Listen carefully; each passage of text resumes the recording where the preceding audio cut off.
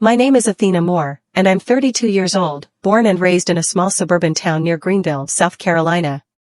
In our home, your family's reputation mattered more than the truth. Everything revolved around my brother, Brandon Moore, and I was just a faded shadow behind family portraits, always cropped just enough to leave me out. Brandon is 3 years older than me, and since preschool, my mother had called him the heir of the family.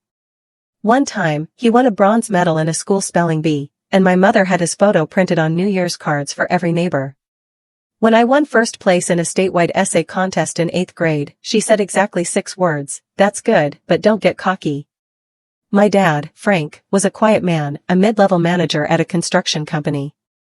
He wasn't a bad person, just someone who chose peace. When Mom spoke, he nodded. When Brandon needed something, he moved. And me?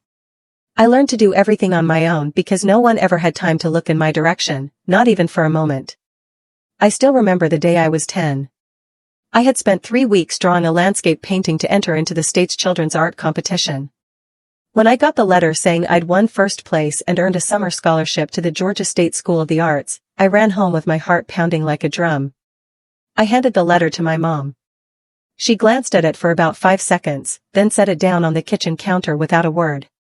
She was busy slicing apples for Brandon. He had just lost the short-distance race at school. I asked softly, "Mom, are you happy?" She didn't look up. "Sure, but you're not going anywhere this summer. I've signed you up for a math prep class." I choked. "But it's a scholarship. It's free. You need to learn something useful. Drawing won't get you anywhere in life." I didn't reply. The letter stayed on the table, stained with orange juice the next day, and disappeared soon after.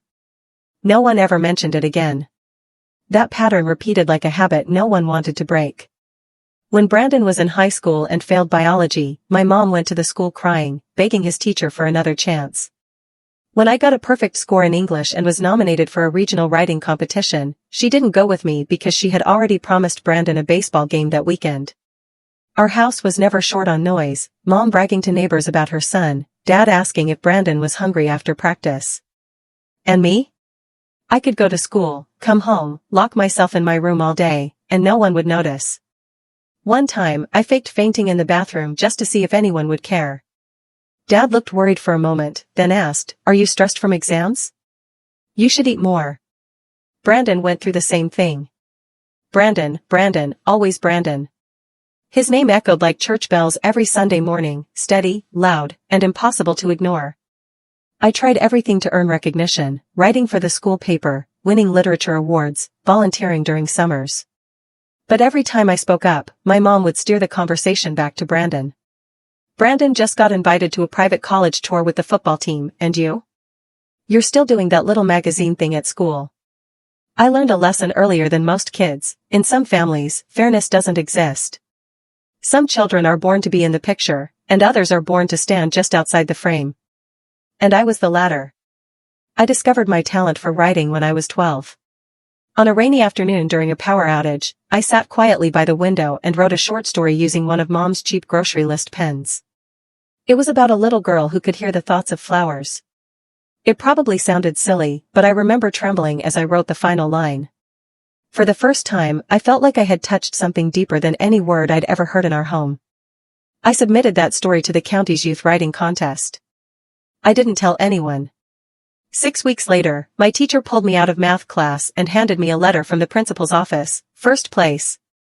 The story would be published in the Southeast Youth Literary Collection. They even invited me to speak at the event in Charleston. I carried the letter into the kitchen where Mom was checking her email. "Mom, I've been chosen to speak in Charleston. They're covering all the expenses." She raised her eyebrows without taking her eyes off the screen. "What writing nonsense. Now I have a meeting with Brandon's football booster club that weekend. No one has time to take you to some silly thing. I can go by myself. They've arranged a school bus for the participants." She stopped, looked at me as if I'd asked to paddle to Alaska. "By yourself? Who do you think you are? A kid who can't even take care of herself talking about representing something? All those writing kids are just living in a dream world. You can't pay bills with poetry." I didn't respond. I just folded the letter and slipped it under my bed, into a shoebox where I kept 3 handwritten manuscripts no one had ever seen. Throughout high school, I kept writing, not because anyone encouraged me, but because I couldn't stop. I wrote about people no one listened to, families without laughter, dinner tables where silence was saltier than soup. Whenever I got an acceptance letter or an invite to a conference, I hid it like a precious secret. Meanwhile, Mom bought Brandon a brand new DSLR camera to shoot sports vlogs, a hobby he abandoned after 3 months. I borrowed Grandpa's old computer to type my manuscripts for a student publisher. The machine was so slow it took a full minute to save a file, but I loved it. It was the only thing in the house that never judged me. The summer I turned 17, I secretly applied to a creative writing workshop at Duke University. I had to write a scholarship essay, submit 3 sample pieces, and forge a teacher recommendation because Mom refused to sign the application. I got in with a full ride. When I told my parents, Dad only asked, "And what will you do with this? Become a writer? Writers don't get health insurance." I replied quietly, "Some people still make a living from writing." Mom slammed her coffee cup onto the table. "Write all you want, but don't expect us to pay for college just so you can chase fantasies. This family doesn't fund daydreams." I nodded, but I went anyway, thanks to the full scholarship and some money I'd saved editing other students' essays. I made the trip, and it changed me. For the first time, I sat among people who spoke the same language of ideas, emotions, and dreams, unfiltered. One professor called me a linguistic prodigy. A small press in the state offered to publish my short story collection. I declined. I wasn't ready for the world to touch what still hurt. When I returned home, Mom didn't ask a thing. She was busy planning Brandon's celebration party. He had just gotten a scholarship to Clemson University's sports management program, even though he'd failed statistics 3 times. She baked cakes, booked photographers, and hung banners. I quietly packed my books, cleaned my room, and prepared to leave. I chose a college in New York, the farthest I could go. I studied literature and publishing. I didn't ask for money. I didn't ask for support. I didn't say goodbye, because I knew deep down, no one would feel like I was missing. I arrived in New York on a sweltering August morning, carrying exactly 2 suitcases, 1 backpack, and a sense of self that had been twisted beyond recognition by my family. The apartment I rented was a loft, barely 400 square feet in Bushwick, Brooklyn, peeling walls, creaky wooden floors, and rats the size of cats scurrying down the hallway every night. But to me, it was paradise, because no one here called me that girl who writes nonsense. I worked and studied, by day, a barista at a coffee shop on the corner of Broadway, by night, an unpaid editorial assistant for a fledgling independent publisher. Sleep was a luxury, but for the first time in my life, I felt alive, not to please anyone, but to reach something I truly believed in. A few months later, I called home to share that I'd been accepted into an internship at Paper and Bone, a long-standing literary magazine that had published many renowned authors. My mom responded dismissively, "A magazine? Does it pay?" I said, "No, but it's a rare opportunity." She scoffed over the phone. "See? Moved to New York just to work for free and live on dry ramen. I told you, writing's romantic, but it doesn't pay the bills. Just wait, you'll come crawling back in 6 months." Dad didn't say much. He quietly asked if I needed money. When I said I was okay, he nodded and hung up. I didn't know if he believed me, but I was sure Mom didn't. They told the relatives I was doing something with paperwork in New York, as if I were a temp secretary somewhere near Chinatown. In the family Christmas card that year, my name wasn't mentioned. There was only Brandon in a new suit, honor graduate in sports management from Clemson, with the caption, "So proud of Brandon's achievements." And me? I published my first piece in Paper and Bone that Christmas Eve, a short story titled The Windowless Basement, about a girl living in a family where no one said her name, no one heard her, even though she lived among them. Within 3 weeks, the piece was being shared across literary forums. But in Greenville, my mother just asked over the phone, "What's this about a basement? Who reads depressing stuff like that? You should find a real job already." They didn't answer. I stayed quiet, like I had thousands of times before.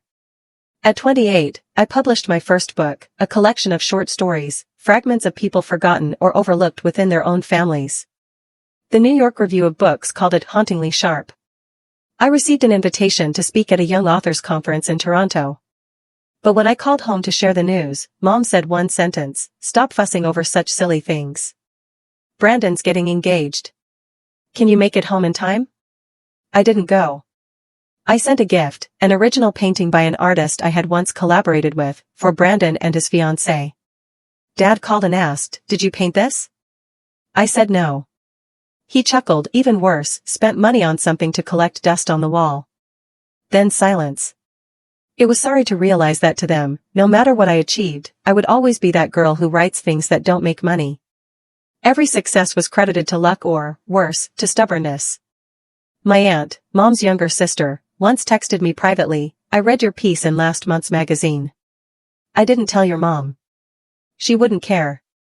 But I want you to know, it was beautiful and real." I read that message over and over for a week. New York gave me opportunity, but it didn't erase the hollow space inside. I still ate dinner alone, still caught myself pausing in front of store windows, thinking, I wish Mom had once called me gifted. Then one day, I got an email from an independent film producer. They wanted to buy the rights to The Windowless Basement. They said it reminded them of their own childhood, and they believed audiences needed to see it. I said yes. And for the first time, I thought maybe I didn't need my family's recognition to exist. But deep down, I still wished that one day, just once, my mother would look up my name on Google, not out of doubt, but to finally understand I was never a failure. I just succeeded in a way she never imagined. I began living two lives, one as Athena Moore on Green Street in the heart of Manhattan, where I was mentioned in literary panels, invited to speak at prestigious universities, and whispered about in publishing circles as the writer who gave silence a voice in America. And the other Athena, the daughter with a job no one understands from Greenville, still called the most stubborn girl in the Moore family by my mother, still seated at the far corner of the table next to the fake flower vase when I came home. When the Southern Mirror named me the most influential female writer under 35 in the eastern U.S., I told no one in the family. I clipped the article, pressed it into my notebook, and shut it. I had grown used to silence, to speaking up only to be shut down, as if my success was something temporary, a little sideshow while the whole family celebrated Brandon's promotion to assistant manager of a gym chain in Charlotte.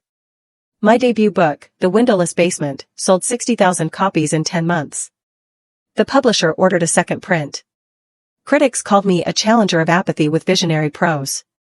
A professor from Brown emailed asking to add the book to their curriculum. An Emmy-winning actress said on national TV, the book felt like reading my own story line by line. I still said nothing to my mother, not out of anger, but because I'd stopped expecting anything. What I feared most was that if I told her, she'd just chuckle and say, "Well, Brandon was on TV last week promoting his gym."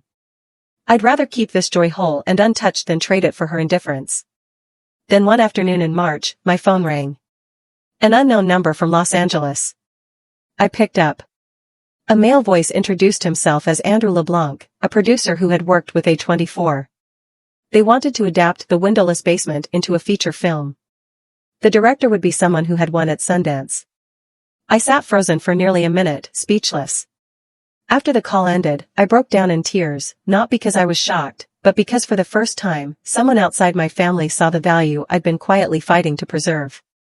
The announcement came a week later. Online media lit up. I received nearly 300 emails in 2 days, including one from an old classmate who once told me in 10th grade, "You write well, but there's no way you'll make a living from it." I still didn't tell my mother.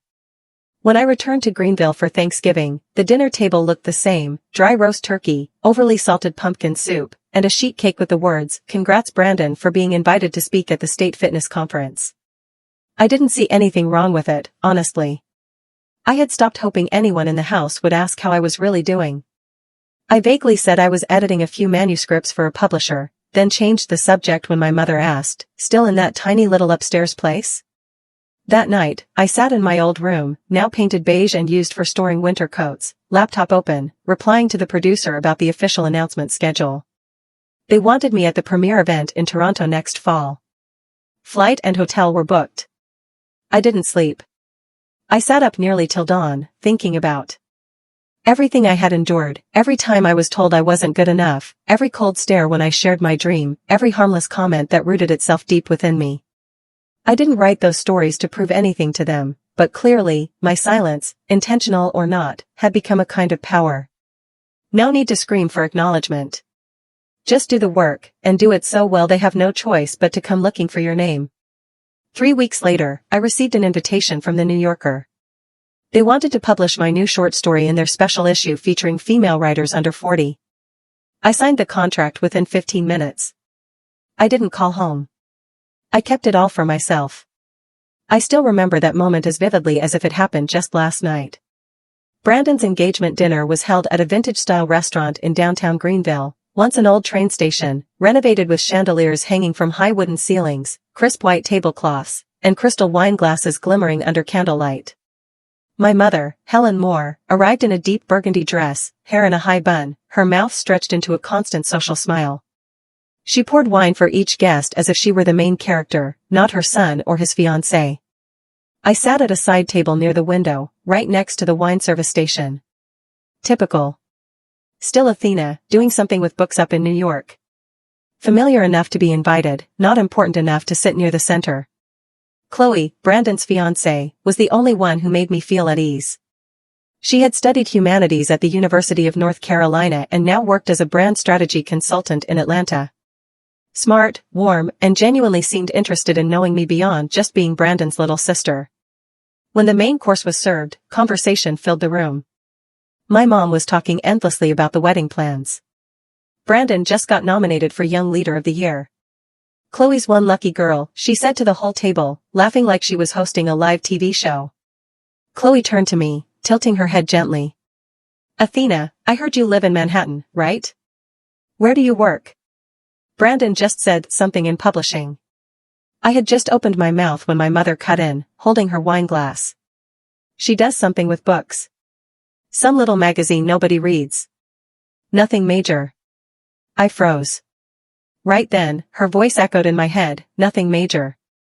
In a room full of people toasting Brandon, the same Brandon who once couldn't tell the difference between its and its, I was boxed into the one doing things no one cares about. I put down my knife and fork, about to say something, when Chloe dipped slightly below the table. I saw her grab her phone, scrolling quickly. Her smiling face shifted to confused, then stunned. She looked at me, then back at the screen. A second later, she pushed her chair back slightly, her voice not loud, but clear enough for the main table to hear. Wait. Athena Moore? Is that Athena Moore, the author of The Windowless Basement, right? The one who just signed a deal with Blue Coast Pictures? The whole table fell silent. I could feel every head turn, every eye on me. Brandon furrowed his brow. My dad looked up from his plate. My mother stood frozen, as if the blood had drained from her face. Chloe held up her phone, angling it toward Brandon. You didn't tell anyone your sister was this well known. I read that book in a reading group at school. We analyzed her prose for several sessions. Brandon stared at me, wide-eyed. Athena, is that true? I nodded slowly, quietly. My mother snatched the phone from Chloe's hand, stared at the screen. I could see the book cover clearly, the New York Times article, the headline, The Voice of Silence, Athena Moore and the Lives We Forget. She forced a smile. Must be someone with the same name. No way. It's not a coincidence.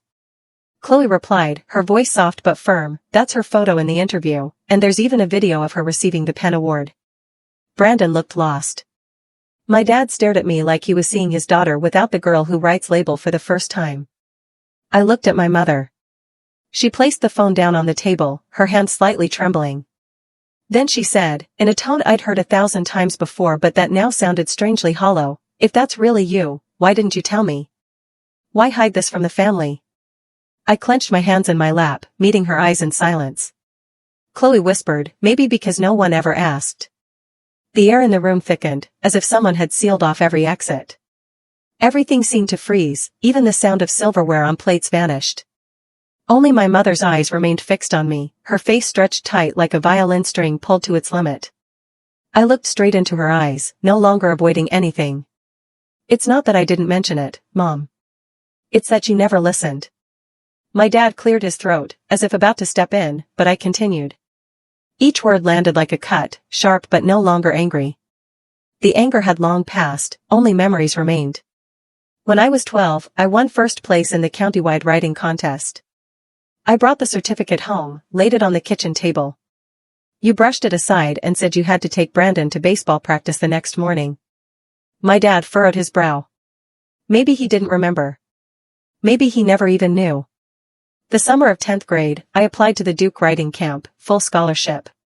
You forbade me from going, said I needed to focus on math if I wanted to follow in Brandon's footsteps. She stayed silent, her hand gripped her wine glass tighter, nails pressing into the stem like she might crush it. I sent my first manuscript to a small press. They agreed to publish it. You called it a waste of time. When I got published in Paper and Bone, I called home. You hung up and told me to get real. I turned to my dad. Dad, do you remember when I mailed 2 copies of my book to the house with a handwritten card? It was before Christmas, 3 years ago. He blinked several times, then slowly shook his head. Mom said, probably some junk. Left it in the living room for 3 weeks, then stuffed it in a box under the stairs. I came home and found the package still sealed, shipping label and all. Silence blanketed the dinner table. Brandon stared at me, a mix of surprise and confusion in his eyes. You used to say you liked writing, but I didn't think you were that serious. I gave a slight smirk. You never asked. He dropped his gaze, hands curling into fists. Everyone always said I was the center, the pride of the Moore family. The only daughter got called the stubborn one, the girl with weird hobbies. I was never the priority, Brandon, not once. My mom set her glass down and stood up, her chair scraping harshly against the floor. That's enough. Digging up old things like we were villains. This family gave you everything we could. Not love, I cut in. Not recognition. To you, I was a mistake to be corrected. My dad still said nothing, but his eyes lowered. He was listening, maybe for the first time. Brandon pushed his chair back and stood. Wait, maybe you're right. I was the golden one. I always got the praise. But I didn't know it was this deep. If I had known, I would have been different. I turned to look at him. I don't need your guilt. I just need people to know. Chloe, who had been silent all this time, finally spoke, her voice soft but steady. I've read your work, Athena. I know what you write about. Not just the characters, but the feeling of being ignored, being pushed to the edge by your own family. And now I understand why. My mom looked at Chloe as if betrayed. You think I'm a bad mother too? Chloe didn't respond. She simply placed a hand gently on Brandon's, like a reminder that truth doesn't need to be cruel, it just needs to be seen. I took a deep breath. I don't want to hurt anyone. I just don't want to keep suffocating every time I come home. I don't want to sit at the side table telling half-truths just to avoid being dismissed. My dad finally spoke. He stood up, removed his glasses, eyes red. I'm sorry. I've let you live in silence for far too long. No one said anything else, but something had shifted. As I looked around, I didn't see victory, only the truth finally brought into the light after years in the dark. The dinner didn't end with a toast. It ended with a strange silence, not suffocating, but open, like a door left slightly ajar, waiting for someone brave enough to walk through. 3 days after the engagement dinner, a strange package appeared at the door of my Brooklyn apartment. No return address, just a scribbled note in ballpoint, for Athena Moore. Don't throw away. I opened it.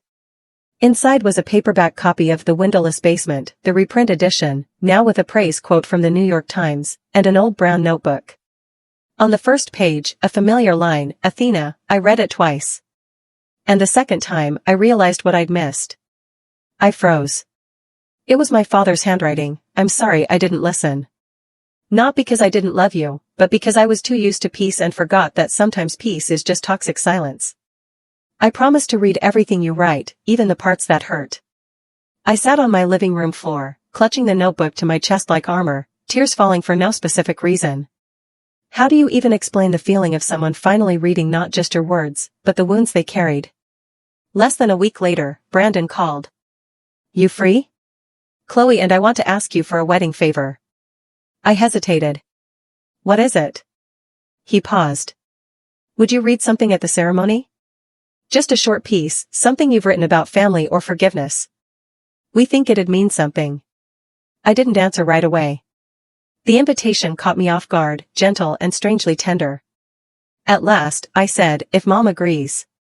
Brandon exhaled, clearly expecting the question.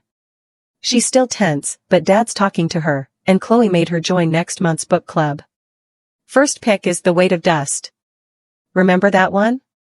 Your short story about the dad who didn't know how to say I love you. I couldn't help but laugh. She's actually reading it? He chuckled. She said, might as well see what kind of nonsense the girl's been writing that has everyone raving. She's still stiff, but I think she's starting to bend. 2 weeks later, I got an email from Chloe, subject, reading proposal draft. Attached was the wedding outline, my segment right after the candle lighting ceremony. A short piece, no more than 3 minutes, in front of over 200 guests, mostly relatives and friends who only knew me as Brandon's sister. I rewrote it 3 times, tore up 4 versions, and finally decided not to pull anything from a published piece. I wrote something new, unreleased, unseen. Family is the first place we learn to be silent, but it can also be the first place we learn how to listen again. Some wounds don't need instant forgiveness, they just need to be acknowledged. And sometimes, the kindest thing we can do for each other is to begin again, without pretending nothing ever happened. 3 days before the wedding, Mom called. I flinched when I saw her name on the screen. Since that dinner, she hadn't reached out, not even when my interview hit the front page of the Atlantic's culture section. Athena, I won't drag this out. I'm reading the first book. It's not easy, but something in it keeps making me stop. I waited, but she said nothing more. I replied carefully, I didn't write for forgiveness, Mom, you know that. She cut in, and I'm not reading to judge you. There was a pause, then her voice softened. I'll be there when you read at the wedding. But please, no more stories about cold mothers, okay? I laughed. No promises. The wedding took place on a mild spring day under golden sunlight near Seneca Lake. I stepped up to the wooden podium, paper trembling slightly in my hands, and looked out at the rows of guests. Dad sat beside Mom. She wore a pale blue dress, her hair softer than usual, a printed copy of my piece on her lap. Her head was up. She looked at me. For the first time in my life, Mom looked at me not through the lens of expectation, not as Brandon's sister, but as someone worthy of being heard. And I began to read. No more fear. No more hiding. This time, my voice rang clear, not because I needed to be accepted, but because I had accepted myself long ago. The wedding reception was held at Maple and Birch, a restaurant with high ceilings, warm amber lights, and long white linen-covered tables lining windows that looked out into a forest dressed in autumn leaves. Unlike past gatherings, I wasn't seated near the wall or next to the service station. On the printed seating chart, my name was at the center table, Athena Moore, author. Beneath it, Chloe's special request. I stood quietly before the board, not because I was surprised, but because for the first time in my life, someone had publicly recognized me for who I truly was. Mom sat at the next table beside my aunt and a few old friends from the church women's group. When I walked over, she looked up. No avoidance, no condescension. She tilted her head slightly, nudged the seat beside her and said, just loud enough for me to hear, you should sit here, close to family. Dad nodded and poured me a glass of white wine. Our Athena is the star today. He smiled, his eyes gleaming with a quiet pride I had never seen in all my 32 years. Before I could respond, Aunt Linda, who had always been the most distant toward me, leaned in. Did you really write The Windowless Basement? My friend from book club said it was brilliant. That girl in the story reminded her of someone. The comment made my mother pause for a beat, but instead of stiffening or changing the subject, she smiled, not quite comfortably, but without denial. Inspiration, she said, stirring her lemonade gently. My girl's had a vivid imagination since she was little. For the first time, she called me my girl without a sigh or a weary glance. Just that simple, unguarded phrase. And in that moment, I knew the old walls were beginning to crack, piece by piece. After dinner, Brandon and Chloe each gave their thanks to the guests. Then Brandon turned to me, microphone in hand. And we want to give a special thank you to Athena Moore, my sister, whom I'm not only proud to call family, but also one of the most powerful writers I've ever read. The room erupted in applause. Chloe stood and added, and if you haven't read Athena's work yet, brace yourselves. What she writes will pull up every scar you thought you'd buried. I wasn't used to applause, but this time I didn't want to vanish. I lifted my head, smiled, and gave a small bow, not out of formality, but out of real, full-hearted gratitude. Then something I never expected happened. My mother walked up to the stage slowly, with no notes, no introduction. She took the microphone and looked directly at me. As Athena's mother, I'd like to say a few words. The room fell silent. To be honest, I didn't understand my daughter. I thought writing was a passing phase. I thought if no one in our family had ever done it, it couldn't be something worth pursuing. She paused, swallowing hard. But I read her work, and I cried. Not out of anger, but because I saw myself on every page. I froze. Everything around me blurred. You don't need me to apologize, but I'll say it anyway. I was wrong not to see you sooner. And if I could go back, I'd be the first in line for a signed copy. Applause erupted, and in that moment, I didn't feel like a shadow anymore. I was Athena Moore, seen not for my accomplishments, but because finally, they truly saw me. After the party, Dad walked me to my car. Just before I got in, he placed a hand on my shoulder. I'm reading The Weight of Dust. Only on chapter 4, but chapter 2 kept me up all night. I squeezed his hand, nodding gently. On the drive home, I didn't play music. I let the wind rush through the window and my thoughts settle. I hadn't written to be accepted, but the feeling of being seen for real was something I never imagined I'd have. And now I did. No more words were needed. Athena's story is proof that silence doesn't always come from weakness. It often comes from being used to not being heard. But when you step out of the shadow of dismissal and firmly follow your own voice, eventually even those who once ignored you are forced to take notice. Success isn't about revenge. It's about showing that true worth exists, even when it's overlooked, even when no one says your name.